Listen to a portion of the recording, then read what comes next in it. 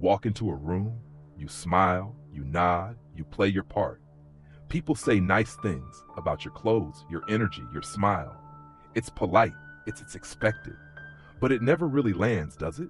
Because deep down, you can tell when a compliment is just noise, when it's been said 1,000 times to 1,000 other people. And in that moment, something inside you pulls away.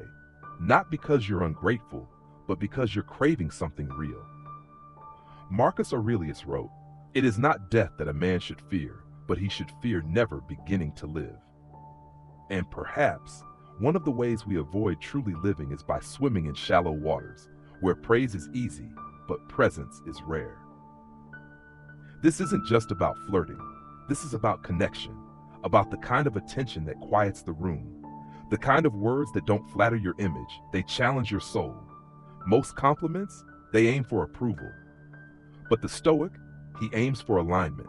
In this world of swipes, scripts, and superficial smiles, what if we spoke differently? Not louder, not sweeter, but deeper.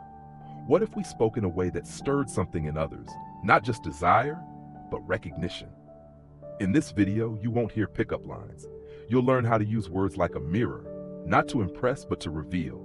3 compliments, 3 quiet truths, each one designed to bypass the mask and awaken the person behind it.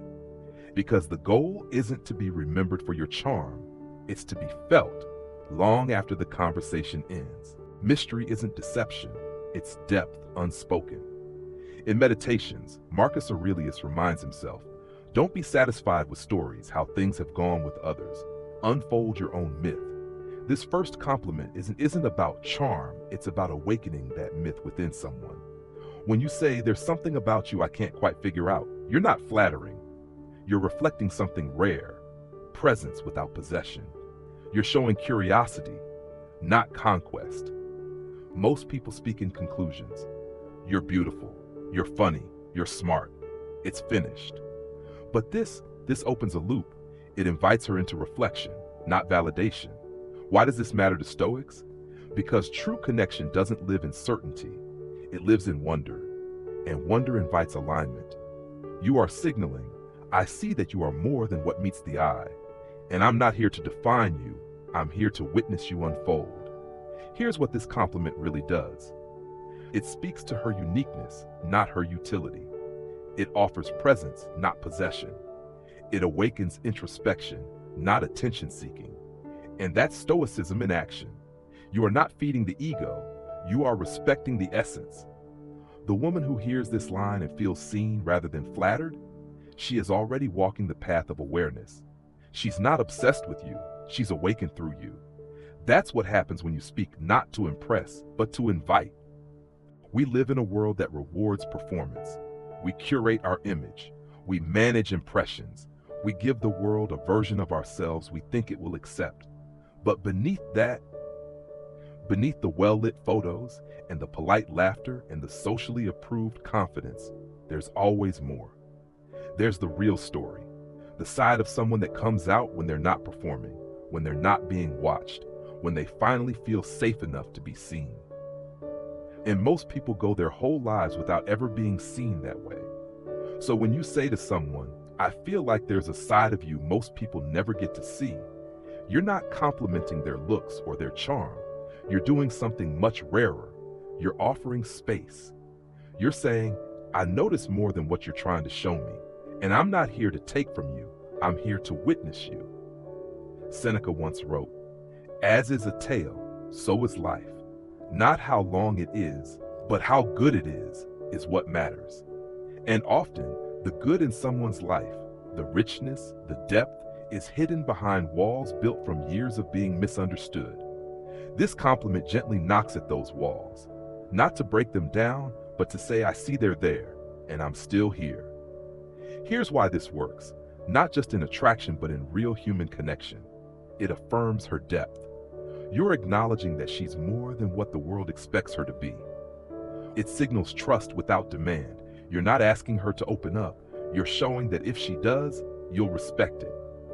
It positions you as rare because most people respond to the version she shows. You're responding to what she withholds. In the Stoic tradition, this is presence, noticing without judgment, caring without attachment, being there, not to change someone, but to reflect something they forgot was inside them. And the result? She begins to show you more. Not because she has to, but because something about your stillness makes it safe to drop the mask. In a world obsessed with being seen, few people are brave enough to see others first. The Stoic leads by inner example. He speaks to the soul without needing credit for it. He notices without needing to be noticed. And in doing so, he becomes unforgettable, not because he impressed her, but because he witnessed her becoming herself. That's the kind of presence people ache for, even if they don't know how to ask for it. Epictetus once warned, "When you are offended at any man's fault, turn to yourself and study your own failings, then you will forget your anger." Why does that matter here? Because when we meet someone who stirs something inside us, desire, doubt, danger, the mind wants to label it. The ego wants control. But the Stoic doesn't rush to label. He observes the feeling and holds still. This compliment, "I can't decide if you're trouble or exactly what I need," is not reckless flirtation. It's measured vulnerability. It's the rare balance of honesty and restraint. You're not putting her on a pedestal. You're not trying to impress. You're simply revealing, "You stir something in me, and I'm willing to sit with the tension." Here's why this matters through a Stoic lens. It shows presence. You're not running from emotion, but you're not drowning in it either. It creates space. You acknowledge desire, but don't demand resolution.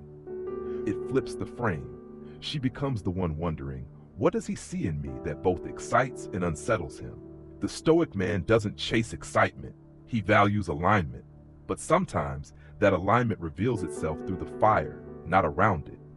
This compliment isn't about seduction. It's about owning your internal reaction, not chaos. And when spoken with steadiness, a calm tone, a slight pause, it becomes magnetic. She may feel wanted. She may feel dangerous. But most of all, she'll feel that you're not trying to escape the depth she carries. And in a world obsessed with surface certainty, that's rare. And rare is powerful. We live in a world where words are cheap. Compliments are everywhere. But connection is rare. And the reason is simple. Most praise speaks to the surface, but what we crave is something deeper. The Stoics knew this. They didn't seek to charm. They sought to understand and to be aligned with what was true. When you tell someone, "There's something about you I can't quite figure out. I feel like there's a side of you most people never get to see. I can't decide if you're trouble or exactly what I need," you are doing something radical. You are not validating ego. You are inviting awareness. You are not chasing approval. You are standing still and watching who steps toward your fire. That is the quiet power of Stoicism. It teaches you to speak from center, not from hunger. To see others not as prizes to win, but as mirrors to truth. To feel the spark of attraction and remain grounded in your values. Because in the end, the most magnetic energy is not found in performance, but in presence. The world is full of people shouting for attention. Be the one who notices in silence. That's what makes people remember you. That's what makes you unforgettable. Not because you flattered them, but because for the first time, they felt seen. You don't need to memorize clever lines. You don't need to calculate your every move. Because true connection, the kind that lingers, doesn't come from perfection. It comes from presence. The world is full of performers.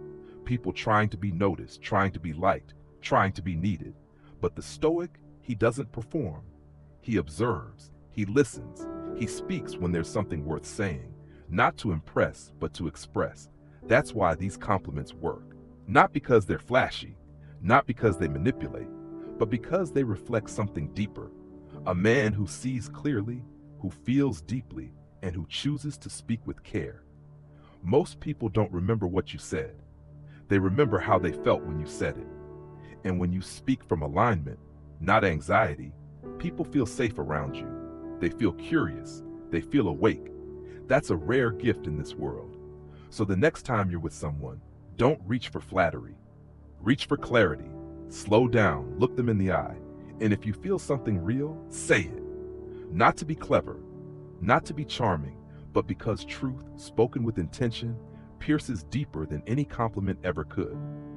And when you live like that, you don't just leave an impression, you leave a mark, because people may forget what made them laugh, but they never forget who made them feel understood. So be that presence, not the loudest, not the most admired, but the most grounded, the most real. The kind of person who walks into a room and says nothing at first, but makes everyone feel like they've been seen for the first time. That's not game, that's not strategy, that's stoicism, lived. Obsession fades, but alignment, that stays. You don't need to be someone's addiction.